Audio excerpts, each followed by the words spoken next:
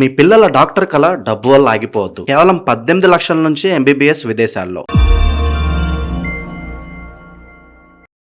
ప్రస్తుతంతో పాటు సుప్రసిద్ధ జ్యోతిష వాస్తు పండితులు బ్రహ్మశ్రీ డాక్టర్ నాయకంటి మల్లికార్జున శర్మ గారు ఉన్నారు. గురుగారితో మాట్లాడదాం. నమస్కారం గురుగారు. నమస్కారం అండి. గురుగారు, కర్కాటక రాశి వాళ్ళ గురించి మాట్లాడదాం. వీళ్ళ లక్షణాలు ఏ విధంగా ఉంటాయి, వీళ్ళకి కలిసి వచ్చే అంశాలు, కలిసి రాని అంశాలు, వీళ్ళు అభివృద్ధి బాటలో పయనించాలంటే ఎలాంటి పరిహారాలు చేసుకోవాలి లైఫ్ లాంగ్ కూడా? తప్పకుండా. ఓం శ్రీ గురుభ్యో నమః. ఓం శ్రీ మాత్రే నమః. కర్కాటక రాశి వారికి హైపర్ సెన్సిటివ్గా ఉంటారు. అంటే ఎక్కువ మంది, ఒక 10 మందిని మనం తీసుకుంటే అందులో 6-7 ఉంటారు. అంటే కొంత సెన్సిటివ్గా ఉండే అవకాశాలు ఒకటి ఉంటాం, ప్రేమకు పడిపోయే అవకాశాలు ఉంటాయి. ఆ ప్రేమకు పడిపోవటమే కాదు, వాళ్ళ మనసు ఆహ్లాదకరంగా ఎక్కడ ఉంటుందని ఆలోచన చేస్తుంటారు. వాళ్ళు ఆహ్లాదాన్ని, వాతావరణాన్ని చూస్ చేసుకునే అవకాశాలు ఎక్కువగా ఉంటాయి. ఆ చూస్ చేసుకోవడంతో పాటు ప్రేమ విషయంలో కూడా కొంత ఎమోషనల్గా ఉంటారు. అంటే ఎమోషనల్గా వాళ్ళ యొక్క ఆస్తుల్ని కూడా క్యాలిక్యులేట్ చేసే అవకాశాలు ఎక్కువ ఉంటాయి వీళ్ళకి. అంటే ఇద్దరు లవర్స్ ఎవరన్నా ఉన్నారంటే క్యాలిక్యులేట్గా వాళ్ళ యొక్క మనసే కాదు, మనసును చూస్తారు, క్యాలిక్యులేట్ కూడా వేస్తారు. ఈ రెండిట్లో ఏది లేకపోయినా వాళ్ళు వెనక్కి వెళ్ళిపోతుంటారు, బ్యాక్ అయిపోతుంటారు. కేవలం అసెట్స్ చూడటమే కాదు, మనీ చూడటమే కాదు, ఒక జాబ్ అనే కాదు, మనసుని కూడా వాళ్ళు తొంగి చూస్తారు. అంటే ప్రేమికులు ఇద్దరు కూడా ప్రేమించుకుంటే తొంగి చూసే అవకాశాలు ఉంటాయి. అలానే ప్రేమికులే కాదు, బట్ లవర్స్ అనే కాదు, మిగతా వాళ్ళు ఎవరైనా సరే, కుటుంబ సభ్యులు కానీ, ఫ్యామిలీ మెంబర్స్ కానీ, ఈ రాశిలో ఉన్న వ్యక్తులకి ఏంటంటే తొందరపడి ఆలోచన చేస్తారు. కొద్దిగా మూఢనమ్మకాల మీద ఎక్కువగా ప్రయారిటీ చేస్తుంటారు. అలానే లేట్ చేసే అవకాశాలు ఎక్కువ ఉంటుంది. సైకలాజికల్గా ఒక నిర్ణయాన్ని తొందరగా తీసుకోలేరు. అంటే డిసప్పాయింటెడ్ ఎక్కువగా ఉంటుంది. సైకలాజికల్గా నిర్ణయాలు తీసుకోలేరు, లేట్ చేస్తుంటాడు. అంటే ఒక వివాహం కావాలి, తొందరగా నిర్ణయం తీసుకోలేరు. అలానే ఒక డాక్టర్ దగ్గరికి వెళ్ళాలి, ఒక నిర్ణయాన్ని తొందరగా తీసుకోలేరు. ఒక చోటకి వెళ్ళాలి, తొందరగా నిర్ణయం తీసుకోలేకపోతారు. అంటే తొందరగా నిర్ణయాన్ని తీసుకోకుండా ఉంటారు వీళ్ళు. అంటే ఏది కూడా పోస్ట్ పోన్, అన్ని పనులు కూడా పోస్ట్ పోన్ చేస్తుంటారు. కొన్ని సందర్భాల్లో బద్ధకం వచ్చే అవకాశాలు ఎక్కువ ఉంటాయి. అంటే ఏం పని చేయకుండా, ఏం వర్క్ చేయకుండా ఉండే అవకాశాలు కూడా ఉంటాయి.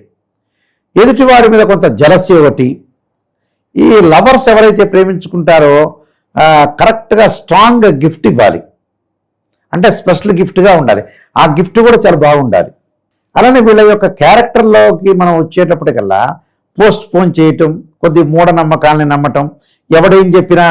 అయితే వీళ్ళ ఆలోచనలు ఎలా ఉంటాయంటే ఎవరేం చెప్పినా వినరు, విన్నట్టు మాత్రం నటిస్తారు. కర్కాటక రాశి వాళ్ళకి వాళ్ళు చేసే పని వాళ్ళు చేస్తారు. అంటే ఒక 10 మంది 20 మంది దగ్గర, 20 మెంబర్స్ దగ్గర ఫీడ్బ్యాక్ తీసుకుంటారు. ఒకవేళ వీళ్ళు తీసుకోకపోయినా మేల్ కానీ ఫీమేల్ కానీ వేరే వాళ్ళు చెప్పిన మాటలన్నిటికీ తల ఊపుతారు. తల ఊపిన తర్వాత వాళ్ళు చేసే పని వాళ్ళు చేస్తారు. వీళ్ళనేం పట్టించుకోరు. వాళ్ళ నిర్ణయం వాళ్ళకే ఉంటుంది. ఎదుటి వాడిని ఆలోచన చేయాలనే ఒక నిర్ణయం లేదు.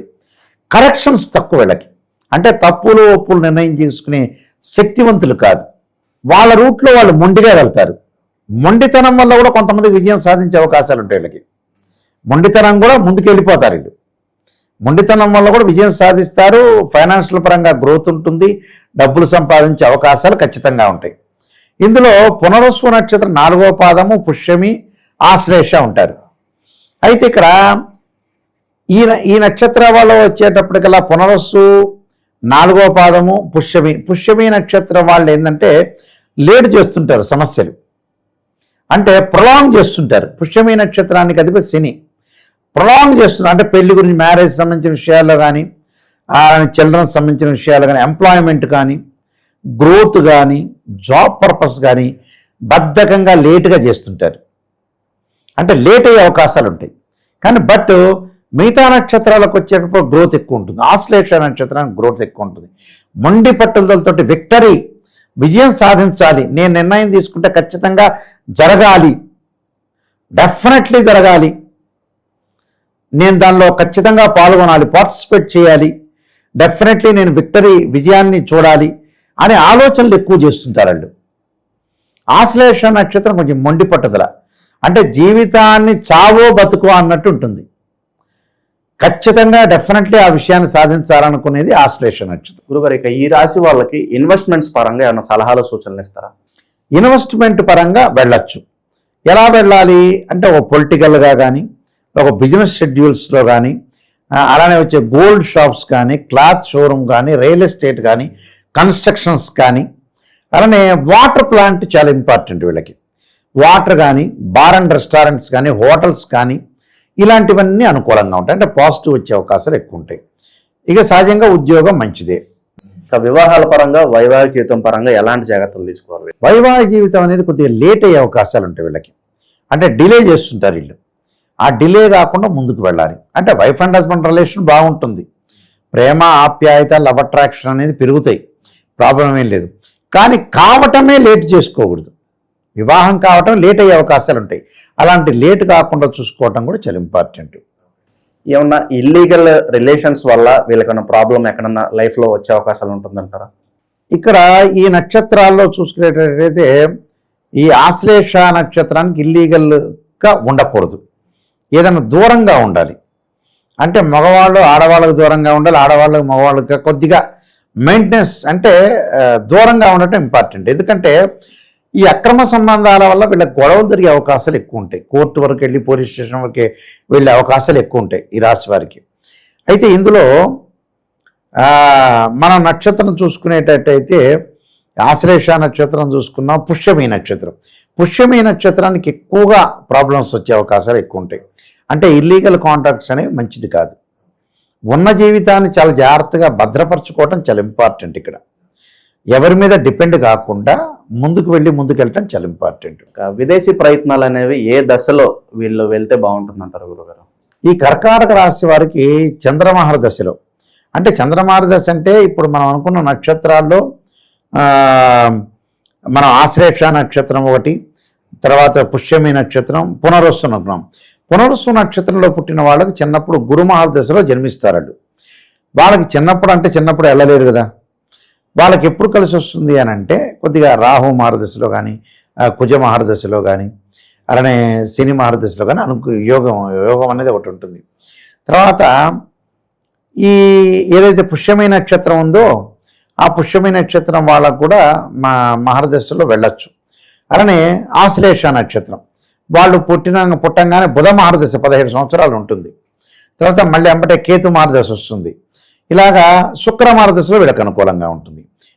విదేశాలకు వెళ్ళే యోగాలు, తర్వాత విదేశాలకు వెళ్ళటం కానీ, లేకపోతే మనం ఏదన్నా చూసి రావటానికి విజిటింగ్ వీసా అంటారు, విజిటింగ్గా అలా కూడా వెళ్ళే అవకాశాలు ఉంటాయి. కంపెనీ త్రూ కూడా వెళ్ళే అవకాశాలు ఉంటాయి జాబ్ పరంగా. గురుగారు, వీళ్ళ జీవితంలో ఎలాంటి మార్పులు చేర్పులు చేస్తే వీళ్ళ లైఫ్ అనేది సాఫీగా వెళ్తుందంటారు ముందుకి? మార్పులు అంటే కొన్ని పరిహారాలు చేసుకోవాలి. లైఫ్లో కొన్ని పరిహారాలు చేసుకోవాలి. ఆ పరిహారాల్లో ముఖ్యంగా ఈ కర్కాటక రాశి వారు ప్రత్యేకంగా చంద్రుడిని ఆరాధన చేయాలి. అంటే చంద్రుడిని ఆరాధన చేయటం ఒకటి, ఓం నమః శివాయ పంచాక్షరి, అలానే నవనాగా మండల పూజ చేసుకోవాలి. నవనాగా మండల పూలతోటి లలితా సహస్రనామ పారాయణం చేయటం చాలా ఇంపార్టెంట్. ఇక్కడ అమ్మవారి యొక్క ఆరాధన మంచిది. అలానే ఈ రాశి వారు వచ్చేటప్పుడు అమ్మవారి ఆరాధనతో పాటు ఇక్కడ భువనేశ్వరీదేవి యొక్క ఆరాధన చేయాలి. అమ్మవారి యొక్క ఆరాధన అనేది చాలా ఇంపార్టెంట్. అందులో వేరు నక్షత్రాలు మనం చూసుకునేటట్టయితే పునరుస్సు నక్షత్రమేమో తారామహాదేవి స్తోత్రాన్ని పారాయణం చేయాలి. పుష్యమి నక్షత్రం వచ్చే దక్షిణకాళి స్తోత్రాన్ని పారాయణం చేయాలి. ఆశ్లేష నక్షత్రం వచ్చేటప్పటికల్లా ఆ రాజరాజేశ్వరి అమ్మవారిని ఏదైనా సరే అమ్మవారిని ఆరాధన చేయటం చాలా మంచిది. ఎలాంటి రత్నాలు వీళ్ళు ధరించడం వల్ల వీళ్ళ లైఫ్ బాగుంటుందంటారు? పునరుస్సు నక్షత్రం వాళ్ళు కనక పుష్యరాగము, అలానే పుష్యమి నక్షత్రం వాళ్ళు నీలము, అలానే మనకి ఆశ్లేష నక్షత్రం వాళ్ళు ఎమరాల్డ్ స్టోన్ ధరించడం చాలా మంచిది. జీవితంలో ఒక్కసారన్నా ఏదన్నా పవర్ఫుల్ టెంపుల్కి వెళ్తే దశ మారుతుందంటే ఏ ఆలయం వీళ్ళకి సూచిస్తారు గురుగారు? తప్పకుండా వీళ్ళు శివాలయ ప్రదర్శన చేయడం చాలా మంచిది. ఆ శివాలయంలో ప్రత్యేకంగా కాశీ మహాక్షేత్రాన్ని లేకపోతే అరుణాచలంలో గిరి ప్రదర్శన చేయడం చాలా మంచిది. దానివల్ల మంచి శుభత్వం కలిగే అవకాశాలు ఖచ్చితంగా ఉంటాయి. మంచి విశ్లేషణ అందించారు గురుగారు, ధన్యవాదాలు.